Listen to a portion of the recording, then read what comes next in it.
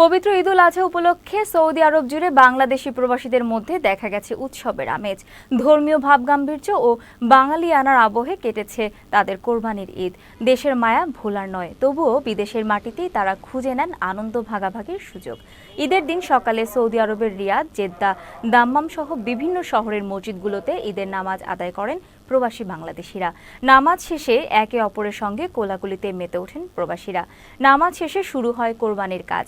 অনেকে সম্মিলিতভাবে কোরবানির আয়োজন করেন, আবার কেউ কেউ বাড়ির উঠোন বা নির্ধারিত স্থানেই পালন করেন কোরবানির নিয়ম।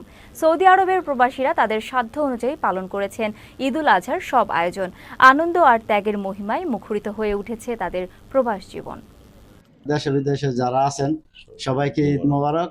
আমরা প্রবাস জীবন বহুত কষ্টের জীবন, মা বাপ ভাই বোন কেউ নাই, তাদেরকে ছাড়া আমরা এই বাংলাদেশ হোটেল থেকে ঈদ কাটা যেতেছি, প্রবাসী থেকে কাটা যেতেছি। সকল প্রবাসী ভাই ও বোনেরা সবাইকে আমরা ঈদ মোবারক ও বাংলাদেশ মা বাবা আত্মীয় স্বজন যা আছে সবাইকে আমরা ঈদ মোবারক। সবাইকে ঈদ মোবারক, ঈদের শুভেচ্ছা। এইমাত্র ঈদের নামাজ পড়ে আসলাম।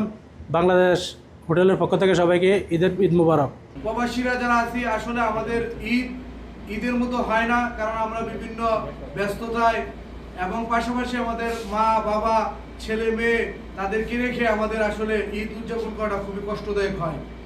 তো আমি আমার তরফ থেকে বাংলাদেশি সকল আমার মা বাবা এবং আমার ছেলে মেয়েদেরকে জানাচ্ছি ঈদের শুভেচ্ছা এবং ঈদ মুবারক।